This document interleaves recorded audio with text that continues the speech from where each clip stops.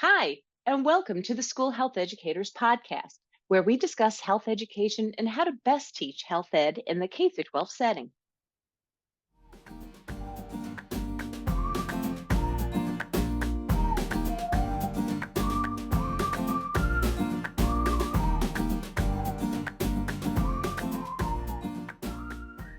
Hi, everyone, and welcome to the School Health Educators Podcast. I'm your host, Lori Reichel, and today's guest is Dr. Jodi Aman.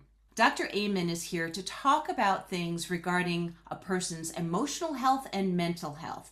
And before I continue, Jodi, would you like to say hi to our audience? Hello, everyone. Thanks for having me. Well, thank you so much for being here. I was on one of your YouTube episodes about a month ago talking about decision making, a topic I love talking about. It's a skill based topic. And you're here to talk to us about some updated information regarding the young people we're working with, including those in the K 12 setting. So, would you mind telling us a little bit about your background? Yeah, so I am a social worker and I have been a clinical psychotherapist for 26 years. So I've been working with kids, families, adults, teenagers, all ages. And so I've seen the difference in the generations and how things have developed to the state that we're in today. And, I have a lot of clients who are teachers, a lot of friends who are teachers. I work with a lot of teachers, and it's really intense what these kids are going through, and I'm working with the kids themselves. So I'm here to help out. Yeah, I think that there is a change because certainly for like my parents and my grandparents' generation, they had a lot of stuff that went on. They did. They had to suppress everything. It was like to me, like they weren't allowed to necessarily say what was going on. I don't know if I'm just jumping to a conclusion, but that's what I sense when I talk to my elders. This generation, we are like hearing them more express. So we're able to hear what's going on more. Not that it's the same stuff. Does that make sense what I'm Yeah, saying? that makes sense. It probably is still increasing. There is a difference. Yes, people did have anxiety, people did have depression, people did have response to trauma. They did cope with it a little bit differently than we're coping with it now. But the amount of anxiety and depression and is going up as well. And that's a response to the way our world's going. 50 years ago, people did more chores. They had more things that they had to do to survive. They were in bigger households. This very much affected their mental health in positive ways, actually. I'm not saying that everyone was fine because, yes, they did suppress it if they had it. But in sometimes by saying, I remember this story about because I had anxiety. I tell about my own experience in my book, Anxiety, I'm So Done with You. It's a teens book. And I had the experience. So I remember hearing a story about someone's great grandmother and went to the doctor. She had a lot of anxiety post-war, post World War II. And the doctor says, you have to go out and work. You got to work. And she did. She went out and got a job and her anxiety went away because that's how they coped with it then is like don't give all your attention to the anxiety. If you stay home and give a lot of your attention to your anxiety, the anxiety gets worse. Yeah, so it's definitely a different way that we're coping with it, and people aren't talking about it as much, and only some people had anxiety when everybody was struggling in some way or another. They just handled it differently. So, and I hope I didn't throw you off by starting there because I was just talking to a family member yesterday, and it was interesting how they would share certain things about their life versus how other people share things at times. So, again, I hope I didn't throw you off with No, that. no, absolutely. I could talk about anything. It's with social media, we have stars, we have thought leaders talking about their own experiences. And so the stigma is going down. Everyone's Mhm. realizing, even famous people struggle with anxiety. Yeah, because Yeah. everybody is struggling with anxiety. It is a regular human response to the way our world is right now. And so we're all really struggling. And the problem is like the stigma is like, I'm different. Something's wrong with me. I'm weak. That's why I have it. And that's just not true. And we really have to get that message out. Some of that online, this, of course, we're going to talk about social media if we're going to talk about mental health and emotional Right. wellness, right? But some of that social media is good because it's like, don't be ashamed of it. Like, it's, you feel like other people get you. But sometimes people are defending their limitations. And when you defend your limitations, you keep those limitations. You don't break out of those limitations. And so it sometimes the mental health advocacy that's happening on social media is actually counterproductive, and it is increasing stigma. Like a difference, like I'm different than you. And that is not good for Oh, our psyche. It does not feel good to feel different. You're not different. Everybody's struggling. okay. Well, before we continue, I would just like to put on the table that when I talk to my young people, especially training teachers to teach health education, I remind them that emotional health and mental health are definitely connected, yet they're different. And to break it down for young people to say emotional health deals with those feelings like I'm feeling my heart is racing. I'm feeling that anxiety, and that is part of the heart racing. I'm a little shaky.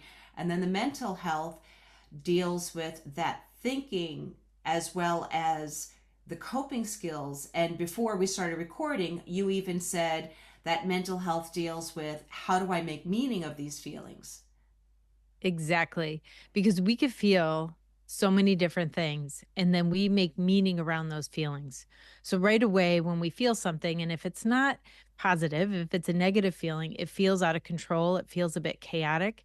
And so, in order to get control back when we have a feeling that doesn't makes us uncomfortable, we're very uncomfortable being uncomfortable in our culture. And so when we have a feeling that's uncomfortable, it feels chaotic, and we try to control it. And we do that by making meaning, try to make sense of it. We figure out what it is. What does this mean? Why am I having this response? Is it because something's wrong with me? Am I overreacting? And then that overthinking, this making meaning around the experience, quite often makes our feelings worse because we're making negative meanings around ourselves. We're making negative meanings around what happened.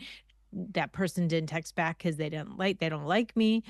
Um, and those the thoughts are our responses. One of our responses to feelings is thinking all this stuff to try to figure it Mm-hmm. out. You could think happy things. Like you think, oh, that's right. I understand why I feel sad. And you could have compassion for yourself and be like, I'll just take care of myself a little today and call a friend. That's a response. That's a mental response. That's a good coping response, right? So they could be negative, these responses. So how you think about your feelings could be negative, or they could be positive or benign, I guess, in the middle. So, is that one of the differences we're seeing with young people, like the Generation Z and younger young people? Is that one of the differences? What particularly that the way they're That, thinking about their feelings? yeah. Yeah. Yes, exactly. So they have a feeling, and instead of being kind to themselves or understanding to themselves, they overthink all these negative things. They worry about that feeling. They think something's wrong with them, like I should be above this. I should be evolved and not let this bother me. Where that was it's a regular human response. If somebody is mean to you, you're going to be sad. But we are so uncomfortable with the feeling that we're like, why am I responding this way? Why can't I get over this already? And I don't know how Okay. to handle it. No, you feel sad because somebody hurt you, and that's a regular human feeling, and so you could have compassion for yourself. I really feel like we should be taught to have compassion for ourselves when we're really young. And I wrote a mental health curriculum for health teachers actually, and this is a huge part of it is teaching kids how to have compassion for themselves, because that's the difference. We either have negative self-judgments or we could have compassion. And that makes a huge difference. We're so hard on ourselves that we tend to go to the negative. It's funny. I have a small little whiteboard in front of my computer, like, so I take notes if I'm talking with someone or just reminders and stuff. And I have something written down from a colleague of mine because in the academic setting, we wrote an article that we submitted, and in academia, it's this: you have to publish, you have to publish, and Mm. it increases that anxiety. But my colleague said to me, "Stop beating yourself up, Lori. Stop beating yourself up." because I'm in a position too where I'm going through the tenure process. So I actually wrote that down as a reminder. Stop beating yourself up. Stop beating yourself up. We're encultured. So people who beat themselves up and maybe they have some awareness about it, but they think that they don't know that everyone is doing that too. And they think it's just them because they see everyone else walking around and they look fine and they're in their own head and they're beating themselves up. Or they see people's social media posts that are all filtered and picked and highlighted Mm-hmm. and they have their own backstage mess in their head. And so we feel like we're the only ones doing that. And that makes us feel like something's wrong with it instead of we've been encultured. Everything from our culture is teaching us to be very critical with ourselves. And so we're very critical with ourselves. We're very deficit minded. And so we have to counteract that when we realize this is not just us. This is growing up in this culture. This is why we feel this way. So we don't have to, we can make different choices. People get so down on themselves when they beat themselves up. But if we Mm-hmm. realize it's not your fault, it's so much easier to let go of. Right. And I've had conversations with college folks and younger about when you go on social media, you can look at stuff and it's at first like, oh, that's really cool. Yet at a certain point, there's this negativity that, wait a minute, I'm starting to not feel so positive. And it's like a phenomenon that happens. And then we need to disconnect. Like, wait a minute, this is not necessarily helping me at this point, it's hurting me. Yeah, it's great when they start to have awareness. And I think if you're an adult and you have young people and you want them to have this awareness that you don't think that they do, they're like taped to their phone. Um, you might want to have them get off for a while, like if they're off for an hour, and ask them how they feel, because they've done tons of research about this. When people are away from social media for a little while, their depression and anxiety go down, and when they're scrolling, their depression and their anxiety goes up. So if they're 1 hour away or 2 hours away, it increases a beneficial happy feeling to be off it. And that's good for them to understand and compare. We're not going to make them get off completely, though some people do delete some accounts. And that is very brave, I think, right now. I know a lot of Mm-hmm. young people who are saying, I can't be on TikTok anymore. I love it. It's so great. That awareness is so great because and they feel better. They feel absolutely better. But we're not going to make this stuff go away, but we have to teach them that they have a little bit more control over it than they think they do. So, is that one of the suggestions you have for educators, like what to teach young people in health education classes? Yeah. So one of the lesson plans I have is all about social media and about like the risks and benefits, because you have to acknowledge that there are some benefits. And then Absolutely. everybody knows. I mean, they're not going to be shocked. What do you mean there's risks? Everybody knows that there's risks now. So they get to play along a little bit and they watch a video and they come up with some of their own and have a discussion about some of the negatives of social media and then some of the positives. There's a lot of self-care. There's a lot of people showing you different exercises that are great to do or that kind of stuff. And I guess it depends on what you click on, what they're going to show you. I click on all the exercise stuff. So you see, so you see, that's what that's what I get. I'm like, oh yeah, that would feel so good on my back. I'm gonna save that and try that exercise. So there's a lot of positive on there, but just to build their awareness and have them. And one of the activities is go for a walk without your phone, just for a short little walk outside. Just having some little time or some segments of time without it and being able to compare your feelings is it could be really powerful. You're going out in nature without technology.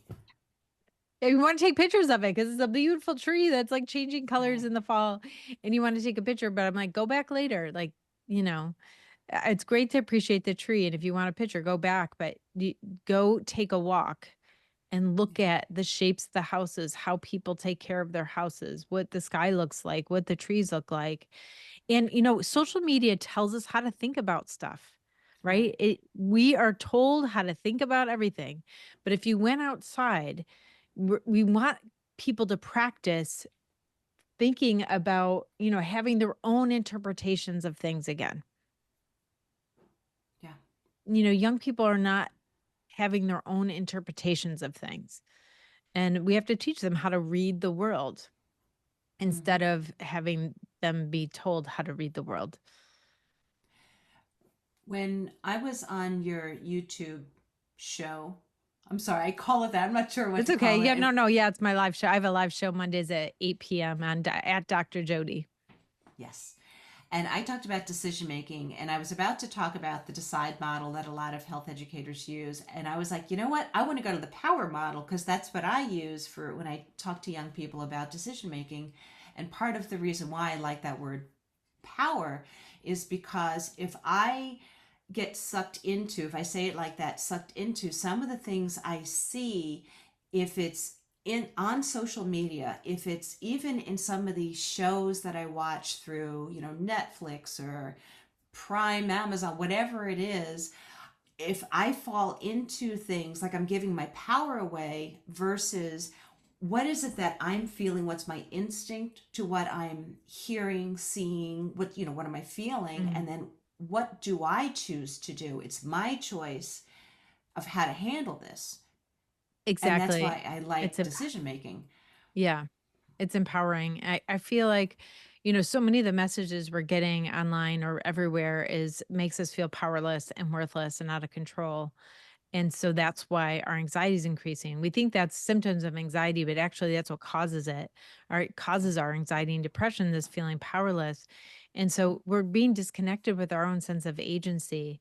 And that's, I think, the most important message we could give young people is, you know, um, that they have this agency. They are empowered. They could respond. Whatever happens to them, their response is like 90% of how the rest of their life goes. Right. So if they respond in a way that they're like bitter and angry and they get mad at everyone and isolate themselves, we could imagine what that's going to be like. And then if they have something bad happen, but they connect with other people, they talk about it, they get empowered, they fight back, whatever, if they do something in a different way, like that's going to affect how they feel after that. And so when we are conditioned for this self negativity, that is affecting us. And so we have to, and that's disconnecting us with our agency. And so in my program, actually, it's 8 lesson plans, but I really help people reconnect with their agency, reconnect with their authority. Authority is like solving complex problems, Mm-hmm. our ability to solve complex problems. We're not doing as much chores as we used to do. So kids have that ability with this highly adaptable brain. It evolved for 2 million years. And we have this ability to solve complex problems, but we don't have the complex problems in front of us. And so we have to reconnect with that skill, and then connectedness and mattering.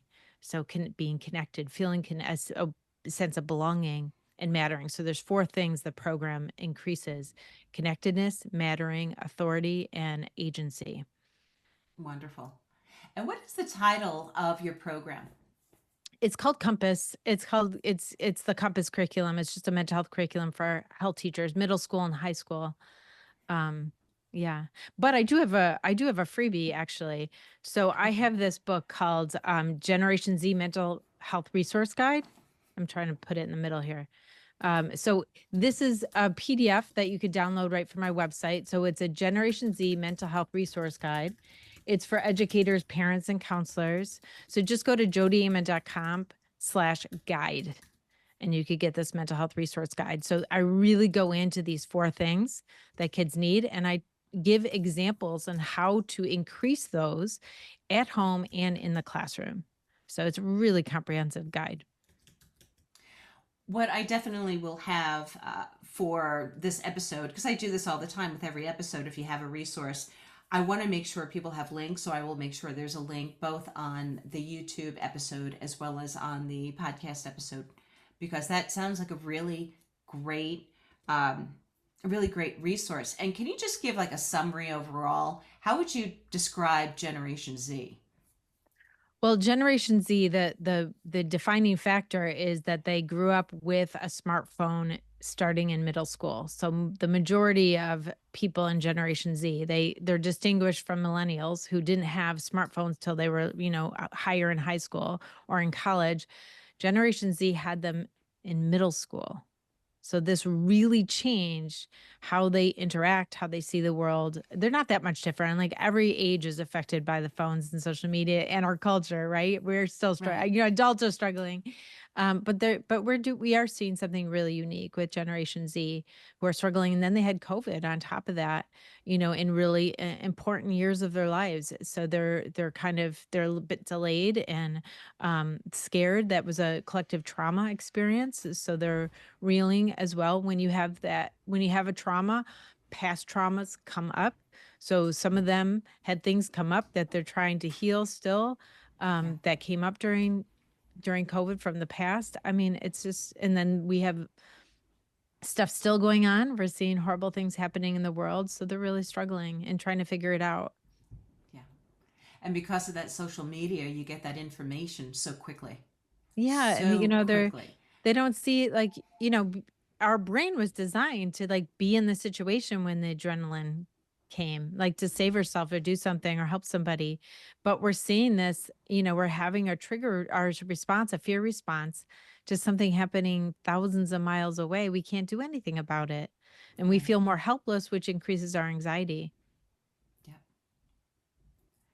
Well, is there anything else you'd like to share on this episode today?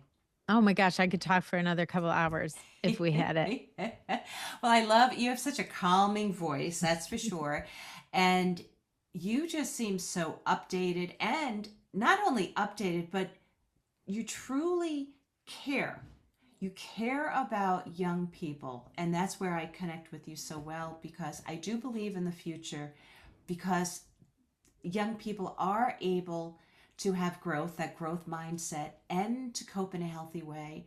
I get concerned when the feelings inside young people start to come up, boil over, and some of them will self medicate, whether it be through alcohol in a social environment too, and it's not a lot of alcohol for some, or they choose to self medicate by using marijuana because in some states that's Huge. even legal. So if it's legal, it must be safe. But it's like, no, no, no, no, no. Let's slow down. Let's slow down.